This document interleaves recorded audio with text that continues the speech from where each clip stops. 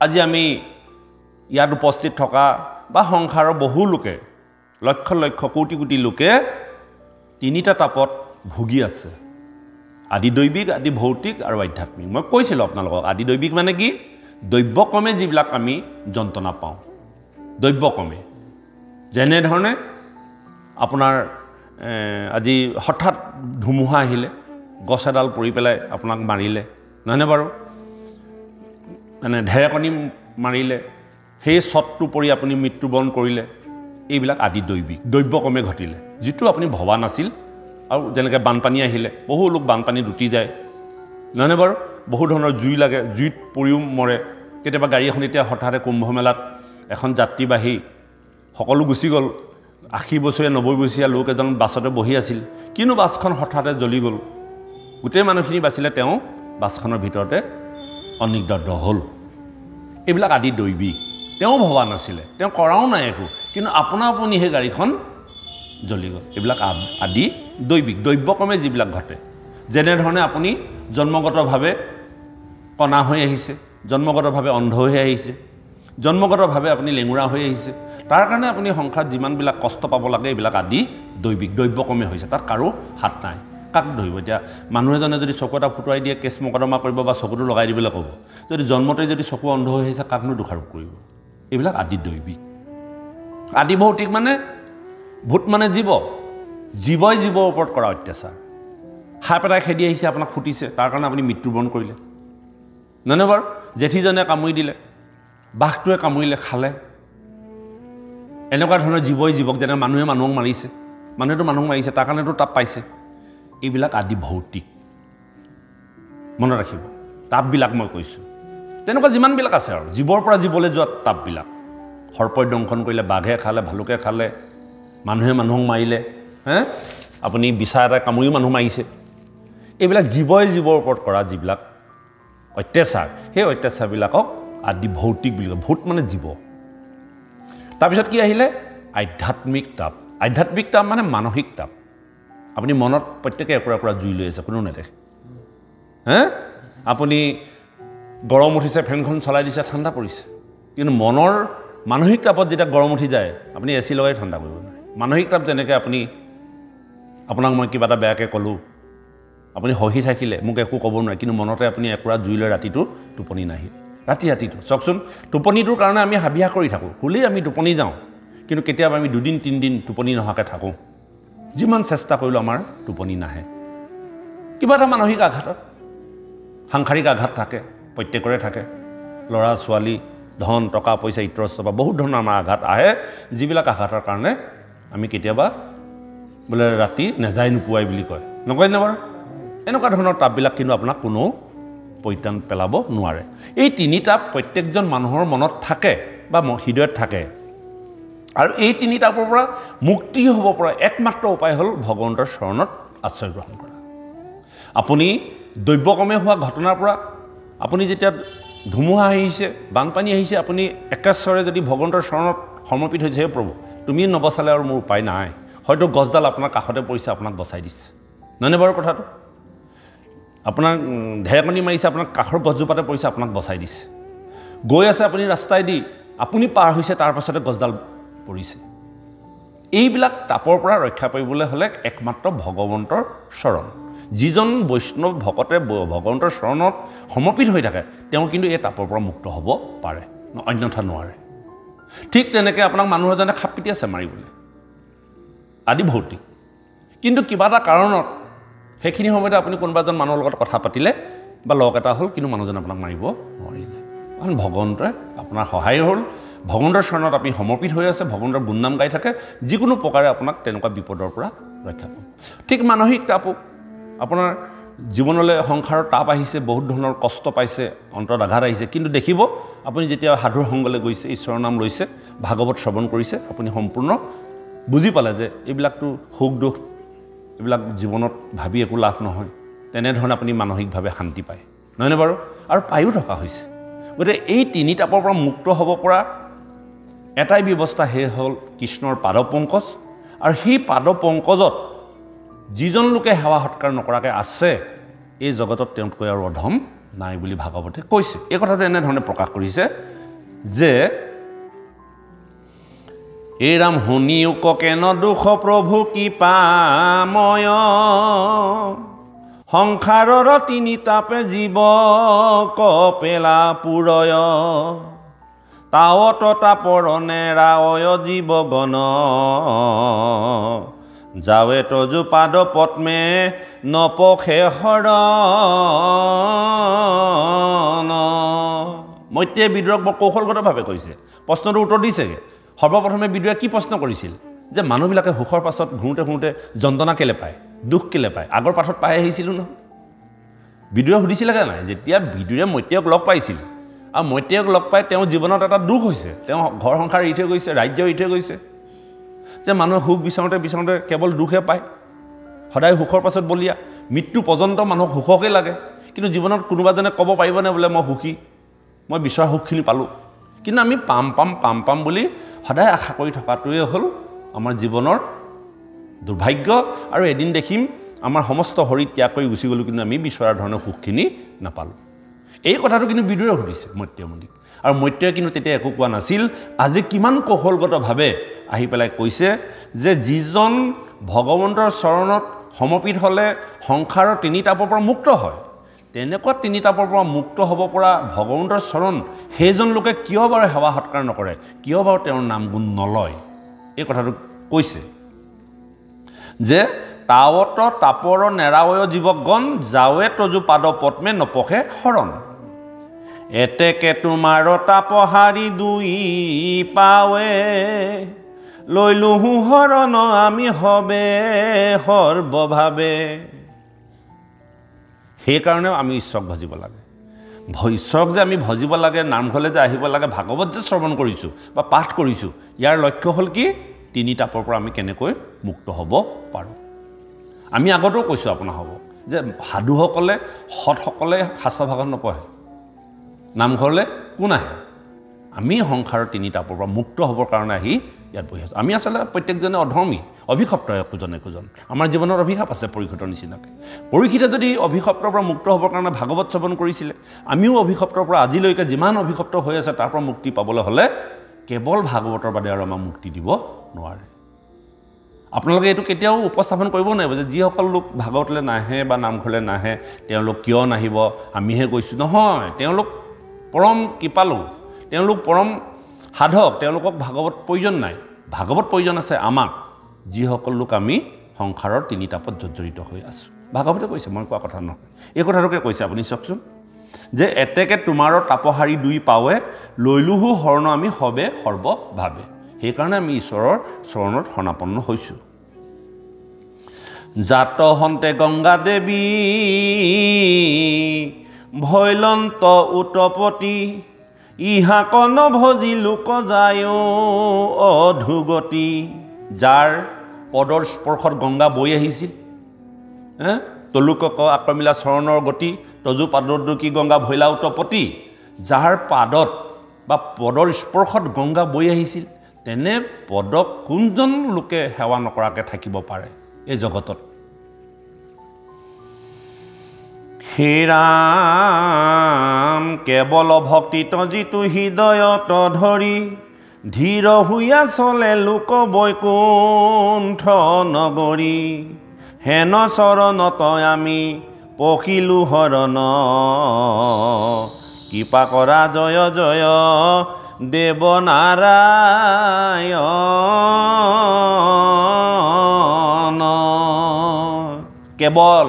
কেৱল ভক্তিত যিজন লোকে হৃদয়ত ভগৱন্তৰ ৰূপ ধাৰণ কৰি ধীৰ মতেৰে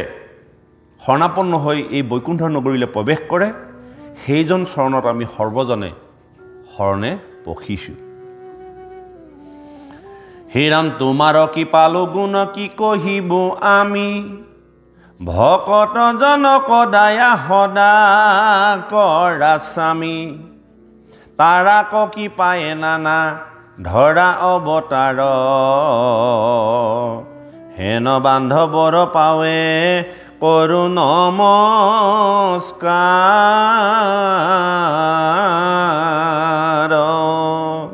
ভগৱন্ত পুৰুষে ক'ত সেৱা কৰিব লাগে সেই সেৱাৰ জেগাটো দেখুৱাই দিছে ভগৱন্তৰ পাদপদ্মত সেৱা কৰিব লাগে বুলি কৈছে ভগৱন্তৰ পদত গংগা বৈ আহে বুলি কৈছে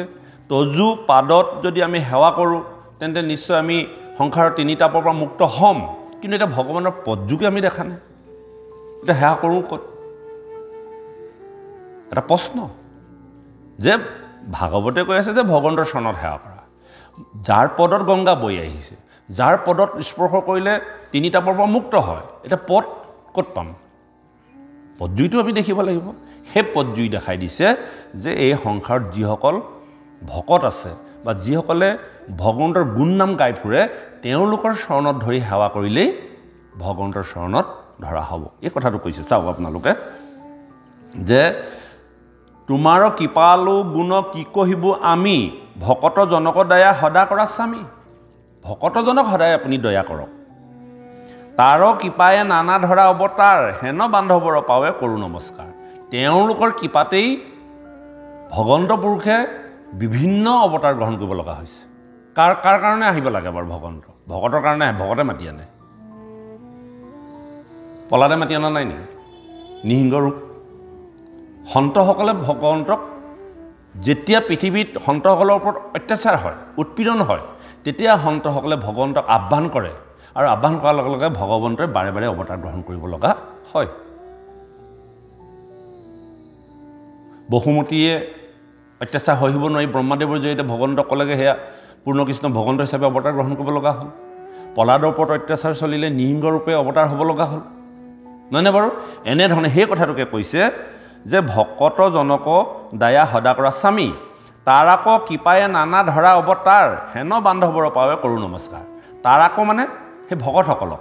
তাৰ আকৌ কৃপায়ে তেওঁলোকক কৃপা কৰিবৰ কাৰণে নানা ধৰা অৱতাৰ বিভিন্নজনৰ অৱতাৰ হ'ব লগা হৈছে সাগৰ মন্থনৰ সময়ত বস্তুখিনি লাগে লগে লগে ভগৱন্তৰ ভকতৰ কৃপা কৰিবৰ কাৰণে সাগৰ মন্থনৰ কাৰণে তেওঁ কি হ'ল মন্দৰ পৰ্বত হ'ব লগা হ'ল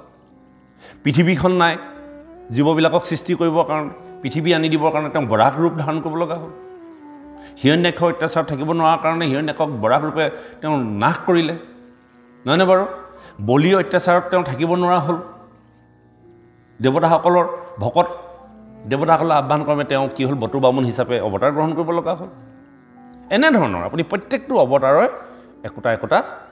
কাৰণ আছে গতিকে এই কাৰণবিলাক ক'ৰ পৰা সৃষ্টি হয় ভকতৰ পৰা এজন ভকতে যদি আত্মাত দুখ পায় এজন ভকতে যদি শৰীৰত কষ্ট পায় সেইজন ভকত যিজনে কেৱল ঈশ্বৰৰ গুণ নাম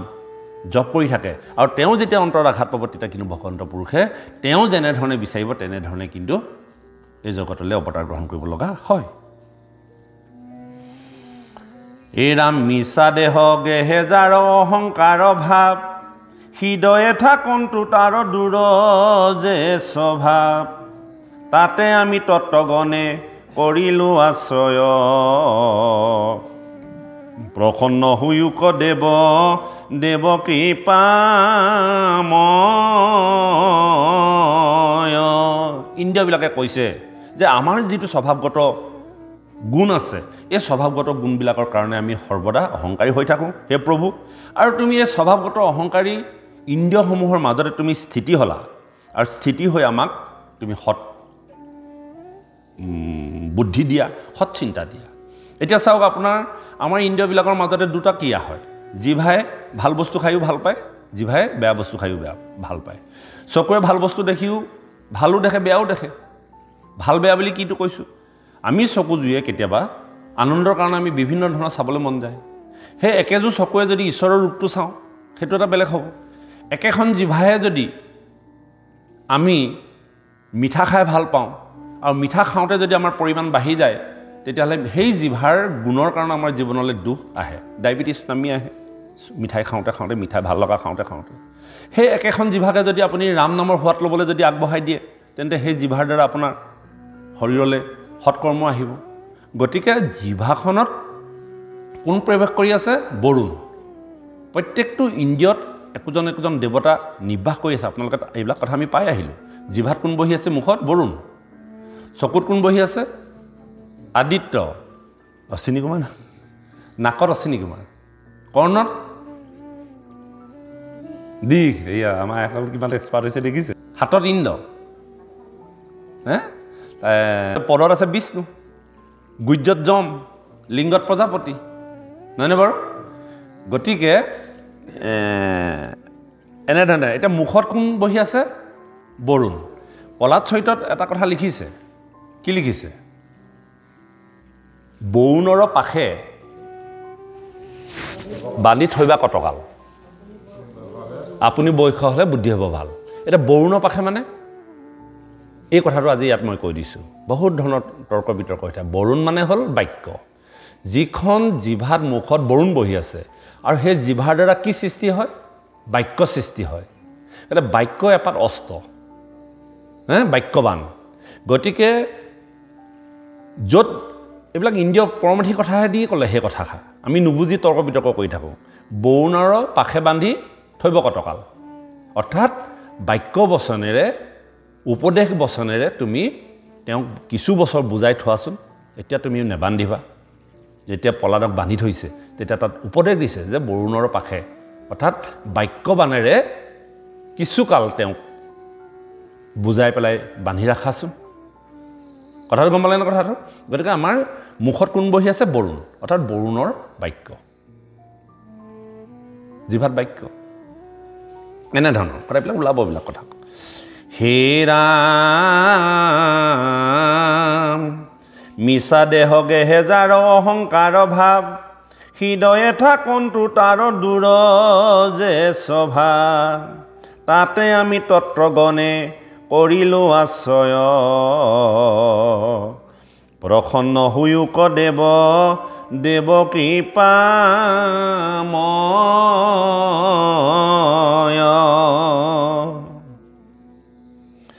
জুনু বোলা হৃদয়ে থাকন্তে পাদ পদ্ম তেবে কেনে তোমাৰো হুয়য়াতি সত্ম শুনিও বাপতেবে উত্তৰহি হাৰ বহিমুখ ইন্দ্ৰিয়ে হৰিল মন যাৰ আপুনি যেতিয়াই আমাৰ শৰীৰত থকা ইন্দ্ৰিয়বিলাক বহিমুখী কৰিব বহিমুখী মানে বাহিৰৰ ফাললৈ যোৱা অন্তৰ্মুখী মানে ভিতৰলৈ মুখ কৰা আপোনাৰ মুখখন যদি অন্তৰ্মুখী কৰি দিয়ে যে হে জীৱা সদাতুৰ মধুৰেহে প্ৰিয় মাত্ৰ ৰসক কৰিল হাৰ অৰ্থাৎ প্ৰত্যেকটো আমাৰ আত্মনিন্দা বুলি ঘোষাত এটা আছে যে প্ৰত্যেকটো ইন্দ্ৰিয়ক গালি পাৰিছে হে জিভা সদাতুৰ মধুৰেহে প্ৰিয় মাত্ৰ কৰিলিহি ৰস মাত্ৰ হাৰ ঐ জিভা তই কেৱল ৰসহে চিনি পাৱ তোৰ সদায় তোৰ মধুৰ ভাল ভাল মিঠা মিঠা বস্তুবোৰ খাবলৈ মন যায় ঐ জিভা তই কেতিয়াবা ৰাম নামৰ সোৱাদ ল'বলৈ তই মন নাযায়নে তোৰ তই ৰাম নামৰ সোৱাদ ল'বি সদায় মধুৰ ফালে বা মিঠাৰ ফালে গতি নকৰিবি ঐ চকু তই যে অকল ভালবোৰ ৰসগুণী কথাবোৰ দেখি ভাল পাৱ ৰং ৰহস্যবোৰ কথা ভাল পাৱ তই কেতিয়াবা ঈশ্বৰৰ ৰূপটো চাবলৈ তই মন কৰিবিচোন ঐ কাণ তই সদায় গ্ৰাম্য কথা শুনি ভাল পাৱ বেয়া কথাবোৰ শুনি ভাল পাৱ গতিকে তই কেতিয়াবা ঈশ্বৰৰ কথা শুনিবিচোন প্ৰত্যেকটো ইন্দ্ৰিয়ক নামঘোষাত গালি পাৰিছে আৰু গালি পাৰি কৈছে অন্তৰ্মুখী কৰিছে অৰ্থাৎ এই কথাটো আজি কৈছে শুনিও বাপতেবে উত্তৰ ইহাৰ বিদ্ৰোহক উত্তৰটো দিছে তুমি যে দুখৰ কথা কৈছিলা জগতত যে সাংসাৰিক যন্ত্ৰণা পোৱা ইয়াৰ কাৰণবিলাক হ'ল আমাৰ ইন্দ্ৰিয়বিলাক বহিমুখী কৰি ৰখা আমাৰ শাস্ত্ৰভাগত পঢ়াৰ পাছত সাধু সংগলৈ অহাৰ পাছত আমাৰ ইন্দ্ৰিয়সমূহ অন্তৰ্মুখী কৰিব লাগে নিজৰ শৰীৰলৈ ঘূৰাই দিব লাগে বহিমুখী আপুনি যদি যিমানেই জিভাখনক লাই দিয়ে সিমানেই জিভাখনৰ লাইটো বাঢ়ি গৈ থাকিব আপোনালোকে আজিলৈকে যিমানবিলাক মধু বস্তু খাইছে বা সোৱাদ লগা বস্তু খাইছে জিভাখনৰ দ্বাৰা বোলে মন গ'লাও খালোঁ আজি বা মন নাযায় বুলি কয় জানো জিভাখনে আপুনি যিমানে খাব সিমানে তাৰ লিপচা বাঢ়ি গৈ থাকে নাজানে বাৰু ৰসগোল্লা এটা খোৱাৰ পাছত আৰু এটা খাবলৈ মন যায় পিঠা আৰু এটা খোৱাৰ পাছত আৰু এটা খাবলৈ মন যায় হয়নে বাৰু যিমানেই জন্মৰ পৰা আজিলৈকে আমি যিমানবোৰ বস্তু খাইছোঁ কিন্তু তাৰ লালসাবিলাক জিভাখনে বাঢ়িহে গৈছে কেতিয়াও জিভাখনে কোৱা নাই যে মোৰ আজি সন্তুষ্ট হ'ল বুলি প্ৰত্যেকটো ইন্দ্ৰিয়ৰ সেইটো চৰিত্ৰ তেওঁলোকৰ স্বভাৱগত দুখ আছে সেই স্বভাৱগত দুখবিলাক বাঢ়ি বাঢ়ি গৈ থাকে অৰ্থাৎ বহিমুখী মানে বাহিৰলৈ মুখ কৰা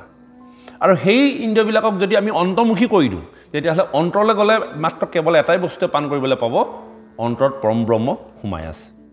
এই অন্তৰ্মুখী ব্যৱস্থাটোৱে হ'ল একশৰণ বা সমস্ত একশৰণ বুলি কৈ থাকিলে অকল কৃষ্ণ এজন কৃষ্ণক ভজাটোকে একশৰণ বুলি কোৱা নাযায় একশৰণ শব্দটোৰ অৰ্থ হ'ল আমি ইন্দ্ৰিয়বিলাকক স্বভাৱগত গুণৰ পৰা যেতিয়ালৈকে অন্তৰ্মুখী কৰি দিব নোৱাৰিম তেতিয়ালৈকে আমাৰ একশৰণ ব্যৱস্থাটো নহয় যি সংগঠনতে নহওক একশৰণ এটা মাৰ্ক দেখুৱাইছেহে কিন্তু একশৰণ প্ৰকৃতাৰ্থত আমাৰ স্বভাৱগত ইন্দ্ৰিয়ৰ ধৰ্মবিলাক যেতিয়া অন্তৰ্মুখী কৰি দিব পাৰিব তেতিয়াই আপুনি একশৰণ হৈ যাব আৰু অন্তৰ্মুখী কৰিবৰ কাৰণে আপুনি সৰ্বদা সাধুৰংগত থাকিব লাগিব আৰু ভাগৱত পঢ়ি থাকিব লাগিব নহ'লে আপুনি ইন্দ্ৰিয়ক কণ্ট্ৰল কৰিবলৈ স্বয়ং বিশ্বামিত্ৰ ঋষি পৰাশমুনিয়ে পৰা নাই আপুনি মই কোন বিশ্বামিত্ৰ ঋষিয়ে পৰা নাই উৰ্বশী মেনকা আহি ঝিনিক ঝানাকে নাচি দিলে বিশ্বামিত্ৰৰ তপ ভংগ হৈ গ'ল পৰাশমুনিৰ তপ ভংগ হৈ গ'ল যিসকলে বায়ু খাই জীয়াই থাকিব পাৰে সিদ্ধস্থ লোক আৰু আপুনি মই সংসাৰৰ সেই হালি ধান উখোৱা চাউলৰ ভাত খাই বৰালাহী খাই তামোল এখন নহ'লে থাকিবই নোৱাৰোঁ অকণমান খন্তেক বহিলে টোপনিত লাল কাল তেনেকুৱা মানুহে আমি আকৌ এতিয়া পাৰিম নেকি গতিকে এতিয়া সেইকাৰণে কলিযুগত যে ভগৱন্তৰ গুণনাম যদি একেৰাহে শ্ৰৱণ কীৰ্তন কৰি থাকে তেতিয়াহ'লে আপুনি ইদিনাতকৈ সিদিনা আপোনাৰ ইন্দ্ৰিয়বিলাক অন্তৰ্মুখী হৈ গৈ থাকে বহু লোকে সংসাৰৰ পৰা ত্যাগ কৰি সংসাৰৰ মায়াজাল ত্যাগ কৰি কিন্তু সন্ন্যাসী হোৱা উদাহৰণ ঢেৰ আছে এতিয়া অলপতে কুম্ভমেলাত এগৰাকী 30 বছৰীয়া মানে তেওঁ বলিউডৰ অভিনেত্ৰী তেওঁ সকলো এই পেলাই সন্ন্যাসী ধাৰণ কৰিছে এনেকুৱা ধৰণৰ আপোনালোকে বাহিৰলৈ যেতিয়া যায় তেতিয়া দেখিব এজন ইঞ্জিনিয়াৰ IIT খুব একদিন মানে ফেচবুকত মিডিয়াত দি আছে কুম্ভমেলাত 30 বছৰীয়া 35 বছৰীয়া এজন ইঞ্জিনিয়াৰ তেওঁ চাকৰি ৰিজাইন দি পেলাই সন্ন্যাস ধৰ্ম গ্ৰহণ কৰিলে এটা হেজনক কি ক'ব কিছুমান লোকক এনে ধৰণৰ বুদ্ধদেৱে ৰাতি নিজৰ পত্নী নিজৰ সন্তানক বিছনাতে এৰি গুচি গ'ল এইবিলাক উদাহৰণ আছে যিজোপা গছৰ তলত বুদ্ধদেৱে জ্ঞান পাইছিল মই গৈ আহিছোঁ তাত বুদ্ধগয়াত মই গৈ আহিলোঁ বিহাৰত আছে ফাল্গু নদীৰ কাষত সেইবিলাক উদাহৰণ আছে গতিকে আপুনি ভাগৱত পঢ়োঁতে ঈশ্বৰৰ নাম শুনোতে আপুনি বিষয়ত এদিন বিৰক্তি আহি যাব কিন্তু আপুনি বিষয়খনৰ পৰা এৰো বুলিলে এৰিব নোৱাৰে আপুনি বিষয় এৰি শাস্ত্ৰ পঢ়িব নোৱাৰে শাস্ত্ৰ পঢ়িহে বিষয় এৰিব পাৰিব ভুল আমাৰ সেইখিনিতে হৈছে বহুত ধৰণৰ আমি ওলোটাকে বুজোঁ কথাবিলাক আমাৰ সদায় ওলোটাকে বুজাৰ এটা স্বভাৱগত দুখ হ'ল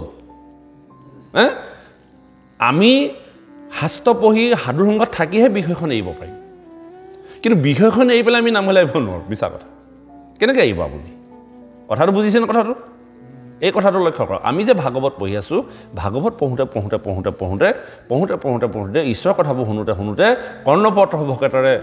কৰ্ণপথে ভকতৰ হিয়াত প্ৰবেশী হৰি দুৰ্বাসনা হৰে সমস্তৰ জলৰ যতে কমল যেনয় হৰতকালে স্বভাৱতে নিৰ্মল হয় স্বভাৱতে হ'ব লাগিব আপুনি কৰোঁ বুলিলে কৰিব নোৱাৰে আজি ভাগৱত পঢ়িলোঁ কাইলৈ মই সাধু হৈ যাব নোৱাৰোঁ কৰোঁতে এদিন আপুনি দেখিব তেওঁ অন্তৰ নিৰ্মল হৈ গ'ল আৰু তেওঁ মৃত্যুৰ সময়ত 3 বাৰ কৃষ্ণ কৃষ্ণ নাম উচ্চাৰণ কৰি ভৱসংসাৰ এৰি গুচি গ'ল আপুনি মই চাই থকাতে থাকিম বাস্তৱিক জগতখনত দিলীপ বাপক সদায় বেয়াটোকে দেখি আছোঁ বা দিলীপ বাপে মোক বেয়াটোকে দেখি আছে কথা এটা কৈছোঁ বা আমাৰ পেটৰ বাপে মোক বেয়াটোকে দেখি আছে মই বেয়াটোকে দেখি আছোঁ কিন্তু আপুনি মই যিবোৰ বেয়া দেখিছোঁ সেইবোৰ হয়তো ভগৱানৰ দৃষ্টিত বেয়া নহ'বও পাৰে এইটো কিন্তু একদম স্পষ্ট কথা আমি যিবিলাক ভাল দেখিছোঁ বা ভাল বুলি কৈ আছোঁ সেইবিলাক হয়তো ঈশ্বৰৰ দৃষ্টিত ভাল নহ'বও পাৰে কোনে কেনেধৰণে ভক্তি কৰিছে ইয়াত আমি নাজানো আমি বাহ্যিক কথাবিলাকহে উপলব্ধি কৰোঁ কিন্তু আভ্যন্তৰীণ কথাবিলাক আমাৰ উপলব্ধি কৰিবলৈ আমাৰ ক্ষমতা নাই জানে বাৰু কথাটো গতিকে এই কথাটো উপলব্ধি কৰিব যে আমি ইন্দ্ৰিয়বিলাকক যেতিয়ালৈকে বহিমুখী কৰি ৰাখিম তেতিয়ালৈকে আমাৰ ভকতিটো নহ'ব আৰু সেই ইন্দ্ৰিয়সমূহক যেতিয়ালৈকে আমি অন্তৰ্মুখী কৰি দিম আৰু অন্তৰ্মুখী মানে একশৰণ মানে গুৰুজনে সেইটোকে কৈছে এটা বৃত্ত এটা ঘূৰণীয়া বৃত্ত মাজতে এটা ফুট আছে ফুটৰ পৰা যদি আপুনি আঁচবোৰ এনেকৈ টানি দিয়ে হয়নে প্ৰথমতে ফুটটোৰ কাষতে গোটেই আঁচবোৰ সোমাই আছে আঁচবোৰ যেতিয়া চিধাকৈ গুচি গ'ল প্ৰথমতে এইটোৱে যেনিবা ইয়াতে এটা ফুট আছে ফুটৰ পৰা আঁচবোৰ এনেকৈ টানি দিছোঁ চব এনেকৈ যিমানে গ'ল এনেকৈ বহল হৈ গুচি যাব নাই সিটো লম্বভাৱে গৈ থাকিব আৰু সেই আঁচবিলাকক যদি আপুনি আকৌ ঘূৰাই দিয়ে বিন্দুটোৱে শেষ হ'ব নাই বিন্দুটোৰ পৰা ওলাই গৈছে আঁচবিলাক ইডালে সিডালৰ লগত সম্পৰ্ক নাই বহল হৈ দূৰ হৈ গৈ আছে নহয় বাৰু কথাটো আৰু সেই আঁচবিলাকক যদি আপুনি ঘূৰাই দিয়ে তেতিয়াহ'লে আহি আকৌ সেই ফুটটোতে একেলগ হয় এইটো হ'ল এখন আমাৰ দশ ইন্দ্ৰিয়ক যেতিয়া আমি বাহিৰলৈ এৰি দিম তেতিয়াহ'লে আপুনি তেওঁলোকক কণ্ট্ৰল কৰিব নোৱাৰিব আৰু তেওঁলোকক নিয়ন্ত্ৰণ কৰিব নোৱাৰিব আৰু যেতিয়া তাক যিমানে আমি অন্তৰ্মুখী কৰি থাকিম আৰু সেই অন্তৰ্মুখী কৰিবলৈ গৈ থাকিলে এদিন দেখিব আপোনাৰ এখন হৈ গৈছে এইটোকে এখন বুলি কোৱা হৈছে আচলতে এখন বুলি মাৰ্কটো দেখুৱাই থাকিলে নহ'ব দেখাত এখন মাৰ্কটো দেখাই আছোঁ কিন্তু কৰ্ম আমাৰ বহুমুখী কৰ্ম আমাৰ বহুমুখী সেইকাৰণে যিমান ভাগৱত শাস্ত্ৰ পঢ়িলেও মই যোৱাকালি এটা ভিডিঅ' দিছোঁ যে শাস্ত্ৰ ভাগৱতবোৰ আমি এনেই পঢ়ি আছোঁ যে যেতিয়ালৈকে আমি অন্তৰ্মুখী কৰিব নোৱাৰোঁ আৰু অন্তৰ্মুখী কৰিবৰ কাৰণে আমি সৰ্বপ্ৰথম আজি এজন আপোনালোকে চাব আপোনালোকে টিভি চিভি নাচায় কাৰণে অকণমান কিছুমান কথা সদ্যহতে বুজি পাবলৈ দিগদাৰ হয় আজি এজন ভাৰতবৰ্ষৰ বক্সাই তেওঁ যেতিয়া বক্সা খেলিবলৈ গৈছিল মানে ইণ্টাৰনেশ্যনেল খেলুৱৈ তেওঁ তেতিয়া কৈছে যে মোৰ ভৰিকেইটা বহুত কঁপিছে তেওঁ ভাবিছে যে মই নিজে নিজক জানো যে মোৰতো ভয় লগা নাই কিন্তু মোৰ ভৰিবোৰ কঁপিছে কেলে ইমান কঁপিছে আজি সাক্ষাৎকাৰ লৈ আছে তেওঁ যে ভৰিবোৰ কঁপিছে খুব সুন্দৰ চেহেৰা বক্সা খেলে আৰু আপুনি তাকে ভাবক তাৰপিছত দেখিলে যে তেওঁ যে মোৰতো ভয় লগা নাই তো কেলে কঁপিছে ইমান পাছত তেওঁ বহুত ভাবি চিন্তি গম পালে যে মোৰ খাদ্যৰ প্ৰভাৱত এই কামটো হৈছে বোলে কি খাদ্যৰ প্ৰভাৱত তেওঁ এতিয়া বক্সা খেলে তেওঁ নিৰামিষ ভোজী হৈ গ'ল এতিয়া সুধিছে তেওঁ সাক্ষাৎকাৰত যে আপুনি এইটো কেনেকৈ প্ৰমাণ কৰিলে চাওক আমাৰ আগৰ মা দেউতাই আমাৰ যদি কেতিয়াবা মুখ লাগে সেই পানীখিনি খৰিকা এটালৈ জাৰি আপোনালোকো কৰে সেইটো কাম আৰু উপকৃতও হয় নহয়নে বাৰু মোৰ ভাৱনাৰ দ্বাৰা মই সেই পানীখিনিত যিটো মন দি পেলাই সেই পানীখিনি কৰিছোঁ আৰু সেই পানীখিনি খাই দিলে তাৰ প্ৰভাৱ পৰে আপোনাৰ খাদ্যতে হওক যিখিনি খাদ্য খাওঁ সেই খাদ্যখিনিত আপুনি যিটো ভাৱনাৰ দ্বাৰা খাদ্যখিনি খাই আছে খাদ্যৰ প্ৰভাৱ পৰিব সেইকাৰণে কৈছে যে মই মাংসভোজী হোৱাৰ কাৰণে আপোনাৰ সেই জীৱ জন্তুটো মাৰোঁতে যিটো ভাইব্ৰেশ্যন হ'ল ভয় আতংক জীৱটোক আপুনি যেতিয়া টেটুটোত ধৰিছে মাৰিবলৈ বিচাৰিছে সেই জীৱটোৱে অত্যন্ত ভয় খাইছে নাই আৰু সেই ভয়খিনি আপোনাৰ সেই মাংসখিনিত সোমাই থাকিলে আৰু সেই মাংসখিনি খাওঁতে প্ৰত্যেকজন মনুষ্যৰ হাৰ্টৰ এটেকবিলাক হোৱাৰ কাৰণ সেইটোৱে ভয়াটো আমাৰ কৃপালু শংকৰ গুৰুজনে খাদ্যৰ ভিতৰত জাতীয় বা উদ্ভিদ জাতীয় খাদ্য দিবলৈ আপুনি লাই শাক যাব উঘালি দিলে সি কেতিয়াও কঁপে জানো ভাইব্ৰেশ্যন হয় জানো নহয় কিন্তু আপুনি হাঁহ বা ছাগলী এটা বা পাৰ এটা যেতিয়া মাৰে সি ধপধপাই থাকে আৰু সেই ধপধপাই থকা যিটো মানসিক স্থিতি সেই মানসিক স্থিতিটো যেতিয়া আপুনি খাইছে আপুনি প্ৰটিন পাইছে কিন্তু আপুনি আপোনাৰ হাৰ্টটো মজবুত নহয় এই ল'ৰাটোৱে আজি বিবৃতি দিছে যে মই আজি ইমান বছৰ হ'ল এৰি দিয়াৰ পাছত এতিয়া মই সুচাৰুৰূপে মই কোনো ধৰণৰ মোৰ ভয় ভাৱ নাহে সেইকাৰণে যিসকল ভকত যিসকলে সাত্বিক আহাৰ ভোজী তেওঁলোকে সাধাৰণ কিছুমান কথাত ভয় নাখায় হঠাতে ভয় নাহে এতিয়া আমি যিমানে প্ৰটিন খালেও যিমানে মাছ মাংস খালেও প্ৰটিনৰ কাৰণে ভিটামিনৰ কাৰণে কিন্তু কোনোবাই ক'ৰবাত ঢাপৰকৈ কিবা এটা মৰাৰ লগে লগে আমি চব খাই উঠোঁ কিবা এটা ঘটনা হোৱাৰ লগে লগে আমি তাক নিয়ন্ত্ৰণ কৰিব নোৱাৰোঁ ভয়তে আমি হয়তো কোনোবা হাত ফেইলো হৈ যায় নহয়নে বাৰু কিন্তু এজন ভকতে কিয় দৃষ্টিয়ে থাকিব পাৰে তেওঁ খাদ্যৰ প্ৰভাৱ তেওঁ পৰি থাকে সেই খাদ্যৰ দ্বাৰাই আমাৰ মানসিক স্থিতিটো সৃষ্টি হয় গতিকে এই কথাখিনি আপোনালোকে লক্ষ্য কৰিব